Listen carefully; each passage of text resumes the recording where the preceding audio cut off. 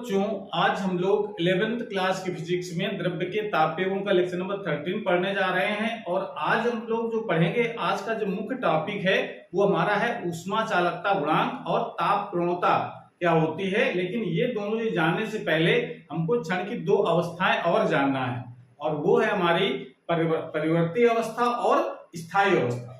तो सबसे पहले हम लोग ये जानते हैं कि परिवर्ती अवस्था का क्या मतलब होता है। तो परिवर्ती अवस्था से मतलब होता है कि अगर जैसे हम पहले एग्जांपल के द्वारा इसको जरा फीलिंग आपको पहले लाते हैं, इसका क्या मतलब है। तो जैसे अगर मान लेते हैं हमारे पास कोई क्षण है, लोहे की क्षण आप मान लीजिए, और इस क्षण का एक सिरा हम अगर आग पर रख दें, ये समझो कि इधर से हम क्या दे रहे हैं, ऊष्मा, यानी ये सिरा हमने आग पर रख दिया है, तो क्या होगा, सबसे पहले ये वाला सिरा गर्म होगा, धीरे धीरे चालन द्वारा ऊष्मा दूसरे सिरे पर पहुंचेगी। तो सबसे पहले इसका टेम्परेचर मान लेते हैं, इसका टेम्परेचर हो जाता है 20 डिग्री सेल्सियस।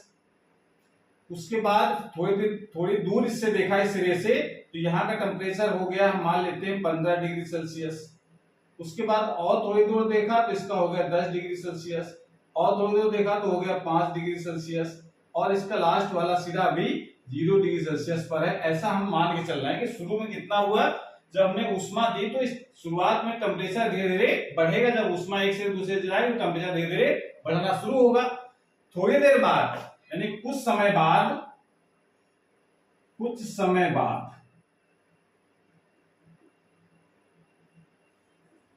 बाद हमने फिर देखा कि इसी क्षण को, तो देखा कि इसके जो क्षण के जो सिरे थे उसका टेम्परेचर थोड़ा और ज्यादा हो गया। तो इसका टेम्परेचर हम मान लेते हैं, इसका हो गया 40 डिग्री सेल्सियस। ये दूसरा जो यहाँ पर जो जगह थी या इसका पॉइंट था, वहां का टेम्परेचर हम मान लेते हैं हो जाता है 30 डिग्री सेल्सियस। यहाँ का टेम्परेचर हम मान लेते हैं 20 डिग्री सेल्सियस, यहाँ का मान लेते हैं 10 डिग्री सेल्सियस, और यहाँ का टेम्परेचर हम लोग मान लेते हैं ये हो जाता है 5 डिग्री सेल्सियस। ऐसे धीरे टेम्परेचर बढ़ रहा है, जैसे ऊष्मा दी जा रही है वैसे टेम्परेचर बढ़ रहा है। उसके बाद फिर हमने थोड़ी देर बाद और देखा, कुछ समय बाद फिर हमने देखा तो इस क्षण की पोजीशन कुछ हमको इस तरीके की दिखाई पड़ी। जैसे हमने यहाँ पर देखा, इस जगह इसका टेम्परेचर हम मान लेते बढ़ करके हो गया 80 डिग्री सेल्सियस, यहाँ का टेम्परेचर हो गया 70 डिग्री सेल्सियस, ठीक है। यहाँ का टेम्परेचर इस जगह का हो गया बढ़ करके 60 डिग्री सेल्सियस, यहाँ का टेम्परेचर हो गया बढ़ करके 50 डिग्री सेल्सियस, और यहाँ का टेम्परेचर हो गया 40 डिग्री सेल्सियस। ये हमने देखा है सर। तो इसका मतलब अभी क्या हो रहा है कि अभी जो ऊष्मा दी जा रही है वो लगातार बढ़ रही है, और साथ में ऊष्मा का अवशोषण हो रहा है, शेष ऊष्मा अगले वाले भाग की ओर ट्रांसफर हो रही है, ठीक है ना। फिर थोड़ी देर बाद और देखा, कुछ समय बाद और देखा हमने, कुछ समय बाद और देखा तो क्या स्थिति हमको दिखाई पड़ी इसी क्षण की। इसका टेम्परेचर हो गया 100 डिग्री सेल्सियस, इसका टेम्परेचर हो गया, इस जगह का टेम्परेचर हो गया 80 डिग्री सेल्सियस, यहाँ का टेम्परेचर हो गया 70 डिग्री सेल्सियस, और यहाँ का टेम्परेचर हो गया 60 डिग्री सेल्सियस, और यहाँ का टेम्परेचर हो गया 50 डिग्री सेल्सियस। ऐसा हमने देखा। उसके बाद फिर देखा कुछ समय बाद, तो इसका टेम्परेचर इसका मतलब क्या है कि अभी ऊष्मा का अवशोषण किया उसने, और थोड़ी देर ऊष्मा ट्रांसफर होती गई। थोड़ी देर बाद क्या दिखाई पड़ा हमको कि देखा कि इसका टेम्परेचर अभी भी हमारा 100 डिग्री सेल्सियस है, यहाँ का टेम्परेचर 80 डिग्री सेल्सियस, यहाँ का टेम्परेचर 70 डिग्री सेल्सियस, यहाँ का टेम्परेचर 60 डिग्री सेल्सियस, और यहाँ का टेम्परेचर 50 डिग्री सेल्सियस है। तो देखो ये पहली पोजीशन, दूसरी पोजीशन, तीसरी पोजीशन और चौथी पोजीशन, ये जो 4 पोजीशन क्षणों की हैं, देखा कि इसमें लगातार टेम्परेचर बढ़ रहा है। टेम्परेचर बढ़ता कब है, जब क्षण ऊष्मा का अवशोषण करती है। इसका मतलब क्या, जैसे यहाँ पर टेम्परेचर ऊष्मा मिली, तो ये जो क्षण का ये वाला जो क्रॉस सेक्शन एरिया है, पहले ये ऊष्मा अपने पास कुछ भाग रख लेगा, बाकी बगल वाले पृष्ठ को ट्रांसफर कर देगा, अनुप्रस्थ परिच्छेद को, फिर वो कुछ भाग रख लेगा, बगल वाला ट्रांसफर करता है। ऐसे ऊष्मा धीरे धीरे चलती जाएगी और दूसरे से तक पहुंचती है। तो लगातार क्या होगा, इसमें ऊष्मा चलती जाएगी और कुछ भाग अवशोषण और कुछ अगले वाले भाग की ओर स्थानांतरित हो जाएगा और ये क्रिया चलती रहती है। मान लेते हैं इसका कंडीशन और ज्यादा भी हो सकता है, हमने एग्जांपल लिया है कि 100 डिग्री सेल्सियस तक पहुंच गया जब एक सिरा और दूसरा सिरा 50 डिग्री सेल्सियस पहुंच गया, तो देखा थोड़ी देर बाद फिर देखा कि अभी भी वही टेम्परेचर बना हुआ है। इसका मतलब क्या है कि अब ऊष्मा चल तो रही है, भाई टेम्परेचर में अंतर है तभी ऊष्मा चल रही है। ये जानते हैं ऊष्मा कब चलती है, जब तापों में अंतर हो, यानी जब दोनों सिरे का सेम टेम्परेचर हो जाए तो ऊष्मा चलने बंद हो जाएगी। इसका टेम्परेचर चल तो रहा, मतलब ऊष्मा चल तो रही है, लेकिन ऊष्मा का कोई भाग क्षण का अवशोषण नहीं कर रहा है। किस अवस्था में, ये 4 और 5 में। तो 4 और 5 ये ऊष्मा का अवशोषण नहीं कर रही है, यानी जितनी ऊष्मा दी जा रही है वो सब अगले वाले अनुप्रस्थ परिच्छेद को ट्रांसफर हो रही है, ठीक है ना। और ये जो 1 नंबर और 2 नंबर 3 नंबर और 4 नंबर में देखो लगातार ऊष्मा देने से इसका टेम्परेचर बढ़ रहा है, इसका मतलब ऊष्मा का अवशोषण हो रहा है, प्रत्येक भाग ऊष्मा अवशोषण कर रहा है। हर जगह का टेम्परेचर लगातार क्या हो रहा है, बढ़ रहा है। क्योंकि यहाँ पर टेम्परेचर 15 था तो उसी जगह टेम्परेचर कितना हुआ, थोड़ी देर बाद 30, उसके बाद थोड़ी देर बाद देखा 70 हो गया, उसके बाद देखा थोड़ी देर बाद 80 हो गया। ऐसे हर जगह का टेम्परेचर लगातार बढ़ रहा है। इसका मतलब है कि जो 1 नंबर 2 नंबर 3 नंबर 4 नंबर जो अवस्थाएं हैं क्षण की, वो इसमें टेम्परेचर बढ़ रहा है, यानी ऊष्मा का अवशोषण हो रहा है। अवशोषण जब तक होता रहेगा तब तक क्षण की अवस्था कहलाती है परिवर्ती अवस्था, ठीक है ना। तो परिभाषा हम लोग क्या लिखते हैं इसकी, परिवर्ती अवस्था का मतलब क्या हुआ, क्षण की परिवर्ती अवस्था मतलब हुआ कि क्षण की वह अवस्था जिसमें क्षण का प्रत्येक भाग ऊष्मा का अवशोषण करता है, लगातार टेम्परेचर लगातार बढ़ रहा है, इसका मतलब अवशोषण हो रहा है ऊष्मा का, तो ये अवस्था कहलाती है परिवर्ती अवस्था। जिसमें क्षण का प्रत्येक भाग ऊष्मा का अवशोषण करता है उसे हम लोग कहते हैं परिवर्ती अवस्था। लेकिन ये 4 नंबर और 5 नंबर ये जो दो क्षण की अवस्थाएं दिख रही हैं, नहीं क्षण एक ही है, थोड़ी देर बाद देखा टेम्परेचर, तो इसका मतलब है इसमें टेम्परेचर देखो अभी भी 100 था, यहाँ भी थोड़ी देर बाद देखा तब भी 100, इसका इस सिरे का देखा हमने 80 है तो यहाँ भी 80, इसका देखा 70, यहाँ 70, यहाँ 60, तो यहाँ 60, यहाँ 50, तो यहाँ 50, जब यहाँ देखो हर बार टेम्परेचर बढ़ रहा था। ये अवस्था का मतलब क्या हुआ कि इसमें क्षण का कोई भाग ऊष्मा का अवशोषण नहीं करता है। इसका मतलब क्या है, इसका मतलब है कि इसमें जितनी ऊष्मा एक पृष्ठ को मिलती है यहाँ से, वो पूरी पूरी दूसरे सिरे की ओर ट्रांसफर हो रही है, अवशोषण नहीं हो रहा है, सिर्फ स्थानांतरण हो रहा है। तो ऐसी अवस्था को हम लोग कहते हैं परिवर्ती अवस्था। यानी परिभाषा क्या लिखेंगे, क्षण की वह अवस्था जिसमें क्षण का कोई भी भाग ऊष्मा का अवशोषण नहीं करता है, क्षण की स्थायी अवस्था कहलाती है। ये अवस्था बहुत इंपॉर्टेंट है। स्थायी अवस्था स्थिति के साथ कौन सी होंगी, 4 नंबर और 5 नंबर ये क्षण की स्थायी अवस्था कहलाएगी। और 1 नंबर 2 नंबर 3 नंबर 4 नंबर लगातार उसमें टेम्परेचर बढ़ रहा है, इसका मतलब ये परिवर्ती अवस्था है। आगे की जो कहानी है वो पूरी की पूरी स्थायी अवस्था वाली है। जो भी हम लोग आगे पढ़ेंगे ऊष्मा चालन के बारे में, वो सब परिवर्ती अवस्था वाली कोई कहानी नहीं होगी कि कितना अवशोषण कर रहा है, कितना ट्रांसफर कर रहा है। वो सब बहुत कठिन काम है। जो हमारे सिलेबस में वो सब कुछ पढ़ना है वो है स्थायी अवस्था में, कि स्थायी अवस्था में ऊष्मा चालकता गुणांक की परिभाषा भी देनी है, स्थायी अवस्था में ताप पूर्णता पढ़ना है, स्थायी अवस्था में ही हम श्रेणी क्रम समांतर क्रम संयोजन भी पढ़ेंगे, ठीक है ना। तो वो सब स्थायी अवस्था आने के बाद की ही कहानी होगी, ठीक है ना। तो स्थायी अवस्था से एक ये निष्कर्ष निकल करके आया कि स्थायी अवस्था जब प्राप्त कर लेगी तो क्षण के प्रत्येक भाग का जो ताप है वो नियत हो जाता है। देखो स्थायी अवस्था कौन सी, 4-5 नंबर, तो इसके तो हर भाग का टेम्परेचर फिक्स है, यहाँ भी 100 तो यहाँ भी 100, यहाँ 80 तो यहाँ 80, यहाँ 70 तो यहाँ 70, यहाँ 60 तो यहाँ 60, यहाँ 50 तो यहाँ 50। यानी इसमें क्या है, हर भाग का टेम्परेचर क्या है, नियत है, बढ़ नहीं रहा है लेकिन बराबर नहीं है। स्थायी अवस्था का ये मतलब है क्षण की स्थायी अवस्था प्राप्त कर ले, इसका मतलब हर जगह का टेम्परेचर बराबर हो जाएगा, ऐसा नहीं होगा। क्षण का जो भी टेम्परेचर होगा वो बढ़ेगा, यानी ऊष्मा लगातार बढ़ेगी, आगे जाएगी, लेकिन टेम्परेचर नहीं बढ़ेगा। टेम्परेचर बढ़ता का जब अवशोषण होता था, अवशोषण जब हो नहीं रहा तो इसका मतलब टेम्परेचर नियत हो गया है, ठीक है ना। तो ऐसी अवस्था स्थायी अवस्था कहलाएगी। तो ऐसी जब स्थायी अवस्था प्राप्त कर लेती है क्षण, तो उसमें देखो अगला महत्वपूर्ण पॉइंट है, स्थायी अवस्था में क्षण के प्रत्येक भाग का ताप नियत होता है, बराबर नहीं होगा। बराबर नहीं हो क्या होगा, कांस्टेंट रहेगा, जो भी है 40 है तो 40 रहेगा हमेशा, 50 है तो 50 रहेगा, ठीक है ना, 20 है तो 20 रहेगा। ये अवस्था और इक्वल नहीं हो सकता है, क्योंकि इक्वल हो जाएगा तो ऊष्मा का संचरण ही बंद हो जाएगा। समझ रहे हैं? अगर यहाँ का भी 100 हो जाए, यहाँ का 100 हो जाए तो ऊष्मा चलेगी नहीं। ऊष्मा चलने के लिए हमको क्या चाहिए? तापांतर। तापांतर होगा तभी ऊष्मा एक सिरे से दूसरे सिरे की ओर जाएगी।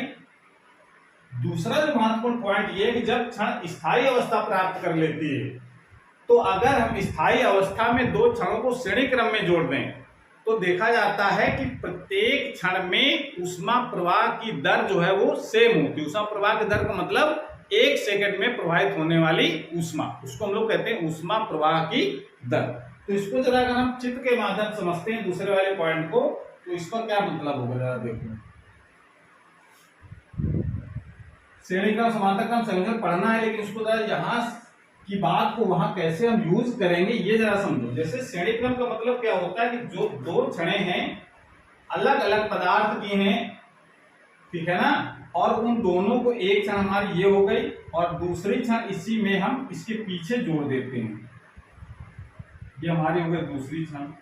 इधर से ऊष्मा अगर दे रहे हैं, इधर से ऊष्मा देना शुरू करें, ऊष्मा क्यू, तो ये देखा जाता है कि जो ऊष्मा इधर से चलना शुरू होगी तो पहले एक सिरा दूसरे जाता रहेगा, दूसरे सिरे पहुंचेगा, दूसरे सिरे में दूसरा क्षण संपर्क में रखा हुआ है, तो क्या होगा, इससे ऊष्मा इधर जाने लगेगी।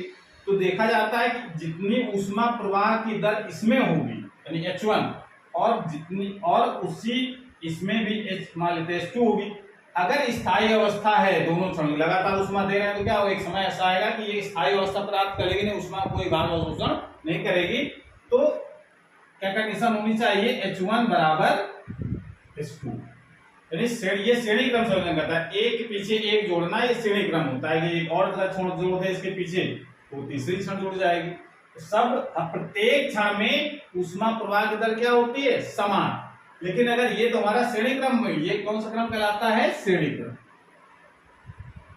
और अगर समांतर क्रम में अगर जोड़े हम, तो समांतर जोड़ने का मतलब होता है कि एक क्षण हमने रखी है और दूसरी क्षण जो रखेंगे वो संपर्क में तो रखें, लेकिन दोनों एक ही, दोनों के जो सिरे हैं वो एक ही जगह आ जाए ऊष्मा लेने की जगह में, ये कहलाता है हमारा समांतर क्रम। कौन सा क्रम कहलाता है, समांतर क्रम। इसमें ऊष्मा प्रवाह की दर H1 है, इसमें प्रवाह की दर H2 है, तो ये इक्वल नहीं होती है। H1 equal to not equal H2। इसमें ऊष्मा प्रवाह की दर टोटल निकालनी होती है तो हमको जोड़ना पड़ता है, जबकि इसमें क्या है, जिसमें जितनी ऊष्मा प्रवाह की दर इसमें है उतनी इसमें रहेगी, ठीक है ना। तो ये चीज आपको ध्यान रखना है, ताकि जब हम लोग श्रेणी क्रम और समांतर क्रम संयोजन जब पढ़ेंगे इसमें चालकों का, तब वहां पर ये बात जरा यूज करनी है, ठीक है ना। तो ये चीज ध्यान रखना है कि श्रेणी स्थायी अवस्था प्राप्त करने के बाद की बात है, स्थायी अवस्था में श्रेणी क्रम में जुड़े चालकों में ऊष्मा प्रवाह की दर समान होती है। ऊष्मा प्रवाह की दर से मतलब क्या है, ऊष्मा प्रवाह की दर का सिंबल आएगा H इक्वल टू होता है Q/T, यानी 1 सेकंड में प्रवाहित होने वाली ऊष्मा क्या कहते हैं हम लोग, ऊष्मा प्रवाह की दर। तो वो समान होती है, और जबकि समांतर क्रम में जुड़े चालकों में ऊष्मा प्रवाह की दर अलग अलग होती है। इसमें अलग होगी इस चालक में, इसमें अलग होगी, ये पहला चालक, ये दूसरा चालक। तो दोनों H1 और H2 क्या होंगे, दोनों बराबर नहीं होंगे, अलग अलग होंगे। वो डिपेंड करेगा वो किस पदार्थ के बने हैं, ठीक है ना, उनके ऊष्मा चालकता गुणांक पर निर्भर करेगा। तो ये बात समझ में आ गई कि इस परिवर्ती अवस्था और स्थायी अवस्था का क्या मतलब होता है। आगे की कहानी पूरी किस पर आधारित होगी, स्थायी अवस्था पर। तो आगे यदि हम लोग लगाएंगे तो बहुत इंपॉर्टेंट है, वो है ऊष्मा चालकता गुणांक। इसको नोट कर लीजिए।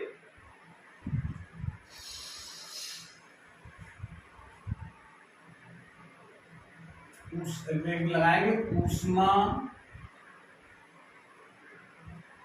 चालकता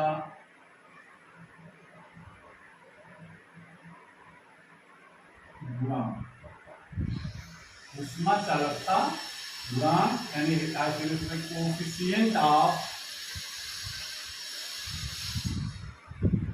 कोएफिशिएंट ऑफ थर्मल कंडक्टिविटी।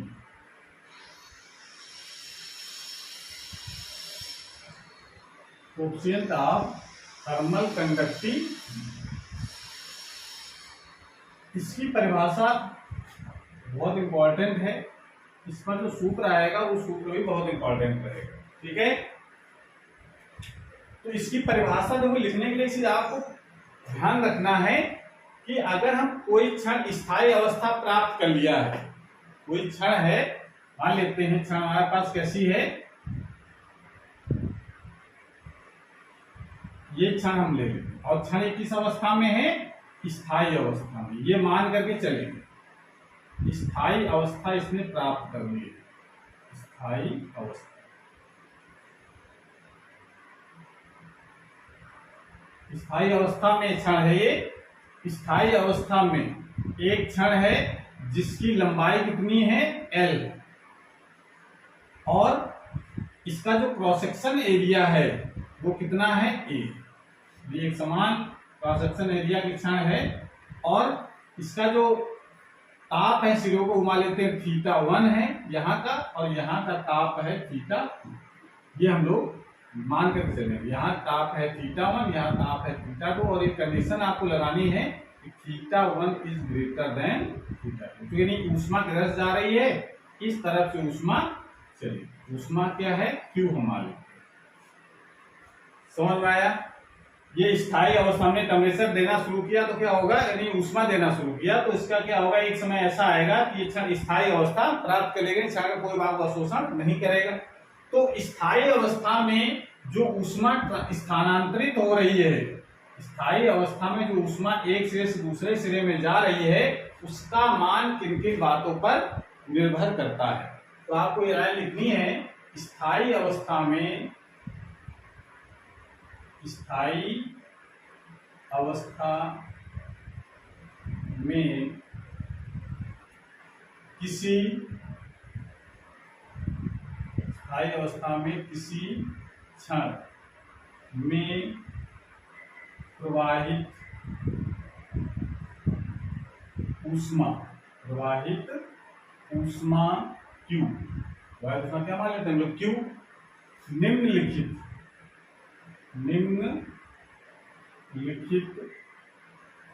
बातों पर निर्भर करती है। ये आप पता नहीं चला कि कैसे ये प्रयोग द्वारा देखा गया, यानी प्रैक्टिकली ये चीज देखी गई है कि स्थायी अवस्था में जब क्षण आ जाती है तो उसमें अगर ऊष्मा जो दी जाती है वो किन किन बातों पर निर्भर करती है, ये प्रैक्टिकली देखा गया। पहला पॉइंट हमारा है क्षण के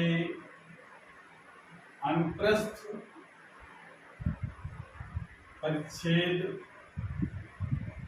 अनुप्रस्थ परिच्छेद के क्षेत्रफल A, अनुप्रस्थ परिच्छेद के क्षेत्रफल A के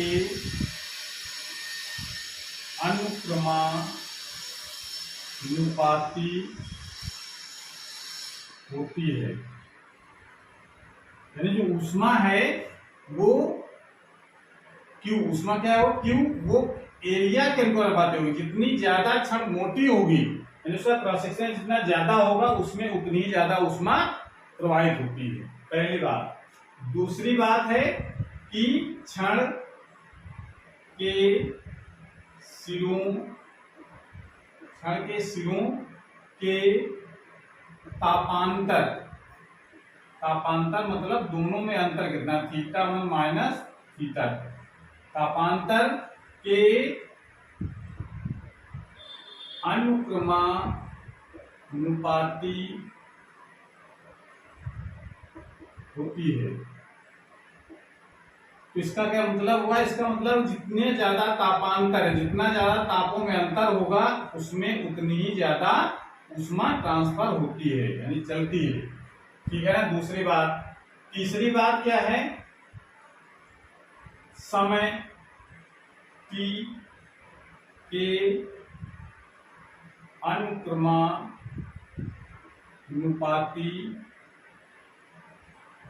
होती है।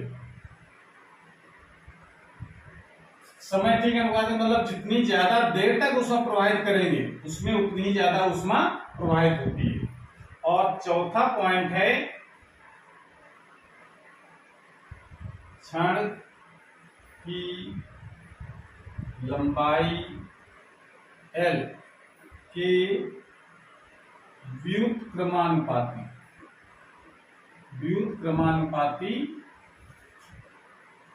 होती है। मतलब Q is inversely proportional to L। लंबाई जितनी ज्यादा होगी उसमें कम ऊष्मा जाएगी। ये बात तो समझ में आ गया कि ये कहां से पता चला? ये प्रैक्टिकली देखा गया, जितनी मोटी छड़ होगी उसमें उतनी ही ज्यादा ऊष्मा प्रवाहित होगी। जितना ज्यादा तापांतर होगा, जितना ज्यादा गर्म होगा उतना ज्यादा ठंडा होगा, तो ऊष्मा उतनी ही ज्यादा जाएगी। और समय जितना ज्यादा देर तक उसमें प्रवाहित करेंगे उसमें ऊष्मा उतनी ज्यादा जाएगी। और लंबाई जितनी ज्यादा होगी, जितनी ज्यादा लंबी छड़ होगी उसमें ऊष्मा उतनी कम जाएगी। व्युत्क्रमानुपाती है लंबाई की। इन जरा चारों सभी गुणों को मिला देते हैं, तो चारों समीकरणों को मिलाने पर, चारों समीकरणों को मिलाने पर, तो मिला देंगे तो क्या आ जाएगा? Q directly proportional A θ1 minus θ2 into T upon, ये तो आएगा भाई A के अनुपाती, टेम्परेचर यानी तापांतर के अनुपाती, समय के अनुपाती और लंबाई के व्युत्क्रमानुपाती। जब इसको हटाएंगे तो ये कांस्टेंट लगाते हैं, ये हमको पता है। ये जब भी समान में रहता है कांस्टेंट लगता है, कांस्टेंट क्या लगाते हैं हम लोग? K A θ1 minus θ2 P upon. Most important formula निकल करके आया है ये कि किसी क्षण में प्रवाहित होने वाली ऊष्मा का फार्मूला क्या होगा? के A θ1 minus θ2 T upon L। बहुत इंपॉर्टेंट फार्मूला। जहां ये जो के आया है वो क्या चीज है? जहां के एक समानुपाती या अनुक्रमानुपाती भी कह सकते हैं इसको, समानुपाती नियतांक है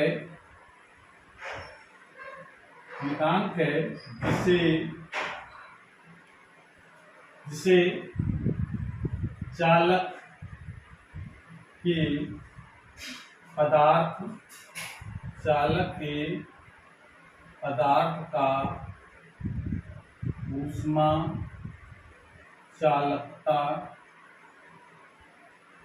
चालकता गुणांक कहते हैं।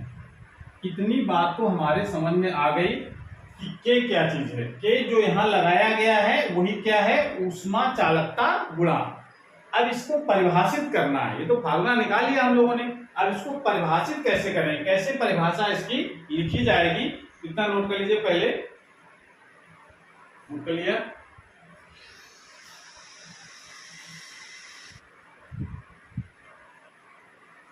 अब यहां से क्या फार्मूला लिखा जा रहा है उसको लिख लेते हैं। Q का मान क्या निकल करके आया है? के A θ1 minus θ2 T upon L।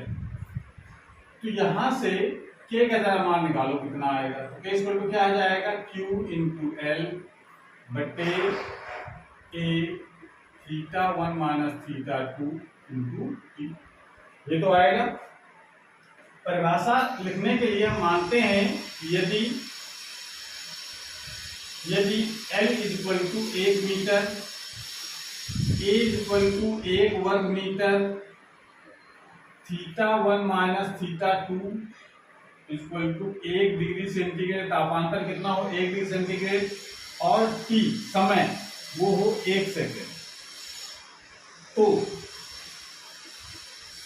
क्या बनेगा? ये सब वैल्यू लगा दो जरा यहाँ पर। तो K बराबर Q, L की जगह A की जगह 1, θ1 की जगह 1 और T की जगह 1। तो क्या आ जाएगा?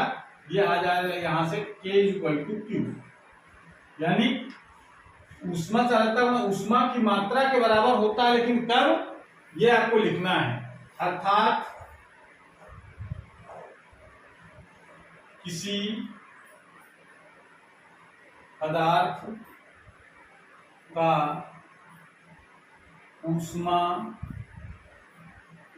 चालकता गुणांक ऊष्मा की वह मात्रा है जो ऊष्मा चाहता गुणांक ऊष्मा की वह मात्रा है जो 1 मीटर लंबी 1 वर्ग मीटर अनुप्रस्थ जो 1 मीटर लंबी 1 वर्ग मीटर अनुप्रस्थ परिच्छेद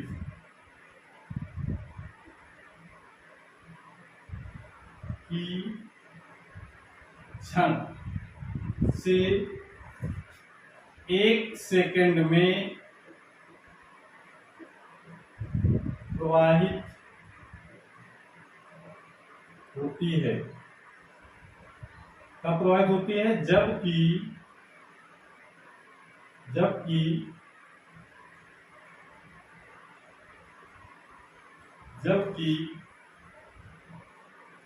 क्षण के सिरों का तापांतर 1 डिग्री सेंटीग्रेड। ये आपको कंडीशन लगानी है। इस पर वैसा क्या लिखेंगे हम लोग? किसी पदार्थ का ऊष्माचारिता गुणांक ऊष्मा की वह मात्रा है जो उसी पदार्थ जिसकी ऊष्माचारिता गुणांक निकाल रहे हैं उस पदार्थ की जो 1 मीटर लंबी 1 वर्ग मीटर अनुप्रस्थ परिच्छेद की क्षण से 1 सेकंड में प्रवाहित होती है, जबकि क्षण के सिरों का ताप 1 डिग्री सेंटीग्रेड। भाई Q का मान K का मान Q बराबर कब आए? जब ये कंडीशन सब सेटिस्फाई होगी। लंबाई 1 मीटर हो, 1 मीटर उसका अनुप्रस्थ परिच्छेद क्षेत्रफल हो, तापांतर सेंटीग्रेड हो और समय 1 सेकंड हो। तो वो बात को जरा इसको इस भाषा के रूप में लिख लेना। तो ये परिभाषा इसकी मेन है, आपको यहां से परिभाषित करना है ऊष्माचारिता गुणांक। क्लियर हो गया? ये आपको याद रखना है। इसकी परिभाषा अपनी भाषा में बना भी सकते हैं। अब इसके आगे आता है कि K का जो मात्रक होगा वो क्या होगा। K का मात्रक, K का मात्रक क्या लिखा जाएगा? इस सूत्र को देकर के बताओ। मेन सूत्र हमारा K का कौन सा है? ये दोनों सूत्र हमारे मेन है। ये Q का मेन फार्मूला है, इसको आपको याद रखना है हमेशा। और K के लिए उसको पहचान करके निकाल लेंगे हम लोग। यहां से निकालो जरा। तो Q ये ऊष्मा है, ऊष्मा मात्रा क्या लिख सकते हैं हम लोग? जूल। कैलोरी भी लिखा जा सकता है हालांकि, ठीक है ना। तो जूल प्रति मीटर बटे मीटर स्क्वायर, मात्रक बनाना है मीटर स्क्वायर, और डिग्री सेंटीग्रेड इंटू सेकेंड। ये तो बना। यहां से देखो इसका 1 मीटर से इसकी घात ये कम हो जाएगी तो क्या मात्रक बचा? जूल प्रति, अब सब ऊपर बात कटेगी, नीचे क्या? जूल प्रति मीटर सेकेंड डिग्री सेंटीग्रेड ये होता है। या इसको हम लोग क्या लिख सकते हैं? जूल प्रति मीटर डिग्री सेंटीग्रेड लिखा हमने कि जूल प्रति सेकंड को हम लोग वाट भी कहते हैं। इसका मात्रा क्या लिख सकते हैं हम लोग? वाट। इसकी जगह लिखा हमने जूल प्रति सेकंड की जगह। तो अब बटे क्या बच रहा है? वाट प्रति मीटर डिग्री सेंटीग्रेड। तो इसके दो मात्रक हो गए, एक होता है जूल प्रति मीटर डिग्री सेंटीग्रेड, एक होता है वाट प्रति मीटर डिग्री सेंटीग्रेड। क्लियर हो गया? इस तरीके से आपको मात्रक ध्यान रखना है और साथ में ध्यान रखना है इसकी विमा, K की विमा क्या हो जाएगी। K की विमा कैसे निकालेंगे हम लोग? तो मात्रा चाहे तो आप ये इसमें ना करके लो, ऊष्मा है यानी ऊर्जा है, ऊर्जा की विमा क्या होगी? mL²T-2। ये तो Q की विमा हो गई, L लंबाई हो गई, बटे A क्षेत्रफल हो गया डेल स्क्वायर, और ये टेम्परेचर की जगह क्या लिखते हैं हम लोग? थीटा से, और समय की जगह क्या लिखते हैं? T से। ये हो गया T। ठीक है, इसको जरा सॉल्व कर ले तो एक L से ये वाला इस पर कट जाएगा। ठीक है, ये ऊपर गया तो और एक यहाँ से L² दोनों कैंसिल हो जाएंगे, तो यानी ये इससे और ये इससे दोनों कैंसिल, ठीक है ना। तो इसको सॉल्व कर दो, यहाँ से यल से एक यल कट गया, एक यल से ये वाली घात इसकी कट जाएगी, तो अब क्या बच रहा है, m बचा, l बचा, l बचा, और t को ऊपर ले गए, t की घात -3 हो जाएगा, एक यहाँ से आया, एक दो पहले से थे माइनस के 3 हो गए, और थीटा की घात -1, ये इसकी विमा हो जाएगी। देख लीजिए छूटा तो नहीं है, ml t-3 और थीटा -1, ठीक है, ये इसकी विमा हो गई। और दूसरी बात देखो, इस सूत्र से पता चलता है कि के जिसका ज्यादा होगा, यहां से पता चलता है के जिसका ज्यादा होगा, Q का मान उसका उतना ही ज्यादा होगा, उसमें उतनी ही ज्यादा ऊष्मा प्रवाहित होगी, यानी ऊष्मा प्रवाहित होने की मात्रा किस पर निर्भर करती है, उस पदार्थ के ऊष्मा चालकता गुणांक पर। तो अगर जो अच्छा चालक होगा, ठीक है ना, यानी शुद्ध कह सकते हैं, शुद्ध चालक के लिए कह सकते हैं, शुद्ध अगर चालक है, शुद्ध चालक के लिए, शुद्ध चालक के लिए यानी आदर्श चालक कह सकते हैं, के लिए के का मान क्या होता है, अनंत। जितना ज्यादा होगा, के जितना ज्यादा होगा, वो ऊष्मा का उतना ही ज्यादा अच्छा चालक माना जाता है, ठीक है ना। के जितना ज्यादा होगा, ऊष्मा उसमें ज्यादा उतनी आसानी से प्रवाहित होगी, के कम होगा कम ऊष्मा प्रवाहित होगी। और दूसरी बात यहां लिख सकते हैं कि शुद्ध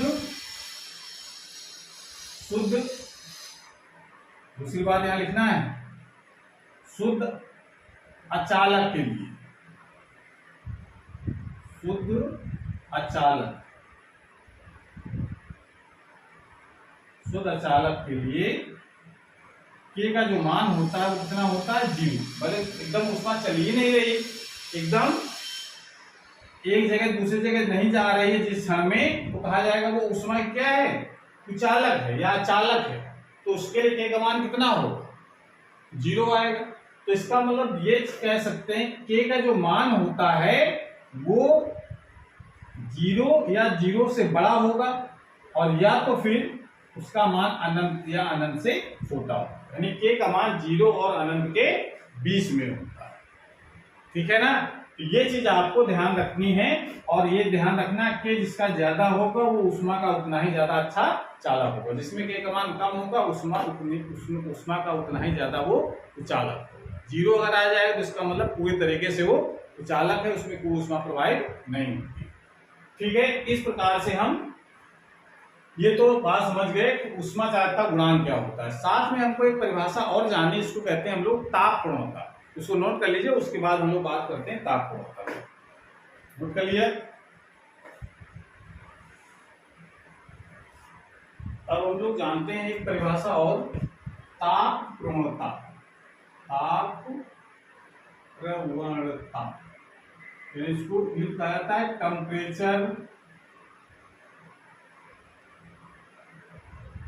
टेम्परेचर ग्रेडियंट, टेम्परेचर ग्रेडियंट।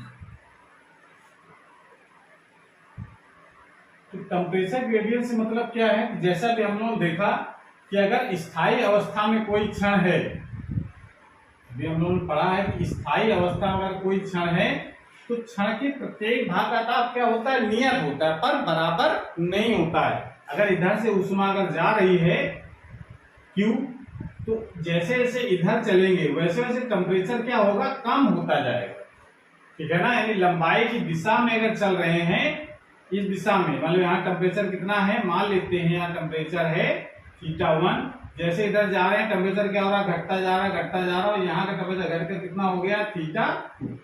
और अगर इस क्षण की लंबाई अगर हम मान लेते हैं कितनी है, Δx, यही मान सकते हैं, तो हमने यहाँ x मान लिया है। तो ये कहता है, परिभाषा इसे क्या कहती है कि स्थायी अवस्था में जो एक सिरे दूसरे सिरे पर जो जा रहे हैं उसका टेम्परेचर में जो परिवर्तन हो रहा है, वो परिवर्तन कैसे हम लोग परिभाषित करेंगे। यहां पर जरा इसको देखो, इसको हम लोग क्या लिखेंगे, कंडीशन, ये कब की कंडीशन है, स्थायी अवस्था में। स्थायी अवस्था में पहले तो लिखेंगे हम लोग, बिना स्थायी अवस्था से काम नहीं चलेगा। स्थायी अवस्था में क्षण, स्थायी अवस्था में किसी क्षण, स्थायी अवस्था में किसी क्षण में दूरी के साथ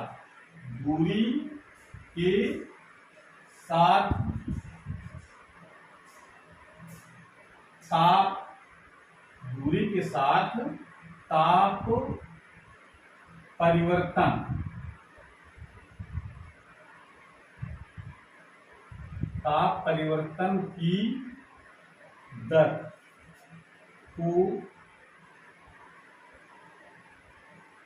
को ताप प्रवणता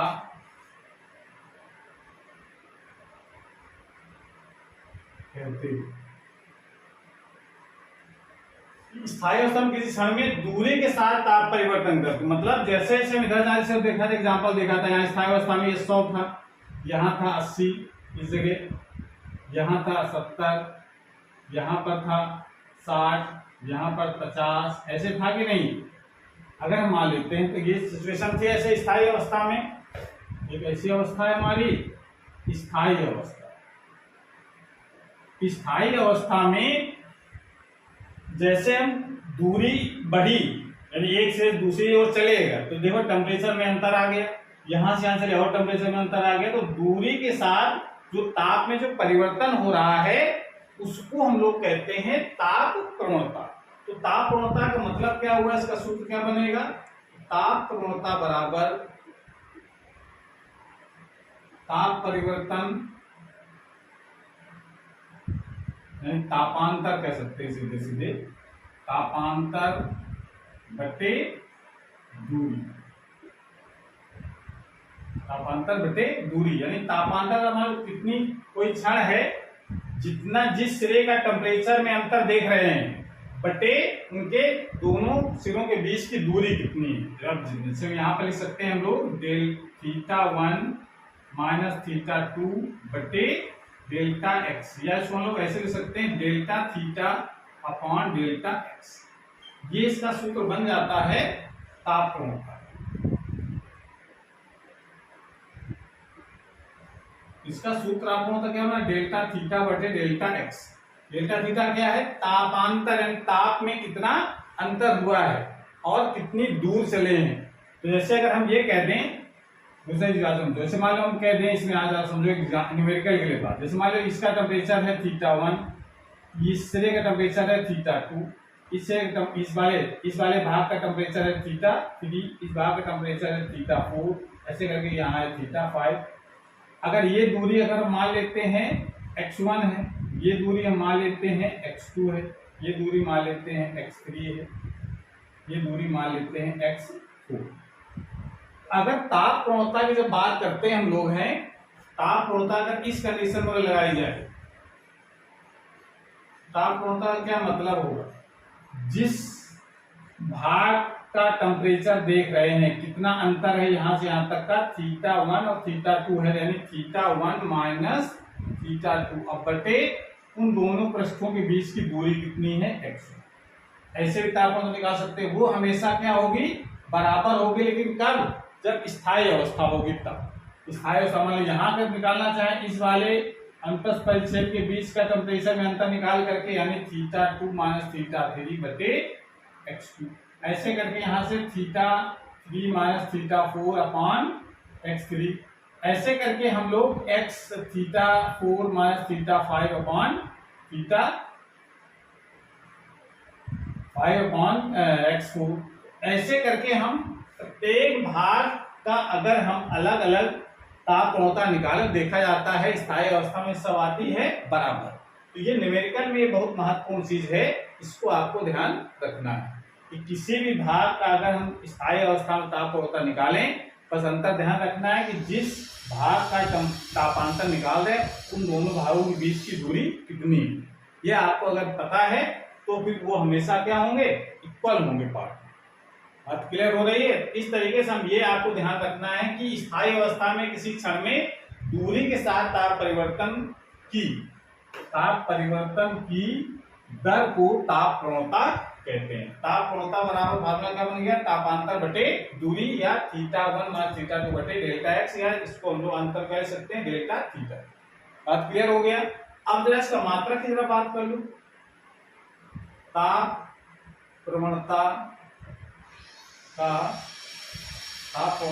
मात्रक, ताप प्रवणता का मात्रक क्या हो जाएगा, तो देखो जरा, तापांतर बटे दूरी है, तो तापांतर यानी डिग्री सेंटीग्रेड प्रति मीटर, ठीक है ना। या इसको हम लोग, अगर हम टेम्परेचर को केल्विन में नाप लें तो इसको हम लोग केल्विन में लिख सकते हैं।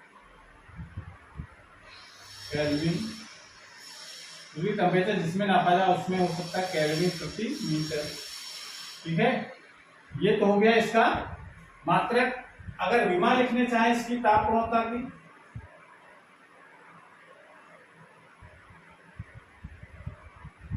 ताप प्रवणता की विमा, ताप प्रवणता की विमा क्या हो जाएगी, सूत्र देख करके टेम्परेचर की जगह हम लोग क्या लिखते हैं, थीटा से बटे एल, और हो जाएगा दूरी है तो क्या लिख सकते हैं हम लोग L-1, ये इसकी विमा हो जाएगी L⁻⁻1, और थीटा बहुत सिंपल है। और दूसरे जो महत्वपूर्ण चीज ये है कि ताप प्रवणता एक सदिश राशि, कौन सी राशि है, सदिश, यानी वेक्टर क्वांटिटी है, सदिश राशि है। आप लोग सदिश राशि दिशा भी होगी इसकी, जिसकी दिशा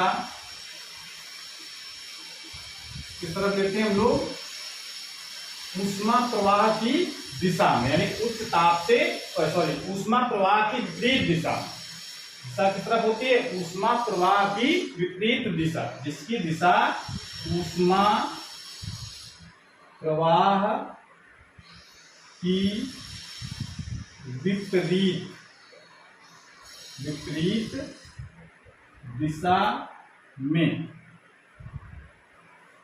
दिशा में, अथवा इसी बात को हम लोग दूसरी भाषा में लिख सकते हैं, ऊष्मा अगर इधर से टेम्परेचर ज्यादा है, मतलब इधर ऊष्मा दे जा रहे हैं, इसका इधर टेम्परेचर क्या हो ज्यादा हो, ऊष्मा इधर चल रही इधर, तो इसका मतलब है कि जब ऊष्मा इधर चले तो इसका ताप प्रवणता की दर्शन कैसे होगी, ऐसे का मतलब क्या है कि निम्न ताप से उच्च ताप की, इधर टेम्परेचर कम है इधर का ज्यादा है, तो निम्न ताप से उच्च ताप की होती है, तो कर सकते हैं विपरीत दिशा में, अथवा निम्न ताप से उच्च ताप की ओर होती। बस इतनी बात आपको ध्यान रखनी है, इसकी परिभाषा, इसका फार्मूला, इसका मात्रक, विमा, और ये अदिश राशि है, सदिश राशि है, अगर सदिश राशि है तो उसकी डायरेक्शन किस तरफ होती है। क्लियर हो गया। तो आज की क्लास में समाप्त करते हैं, अगली क्लास में हम लोग नए टॉपिक के साथ आएंगे, तब तक पढ़ाई करते रहिए। All the very best.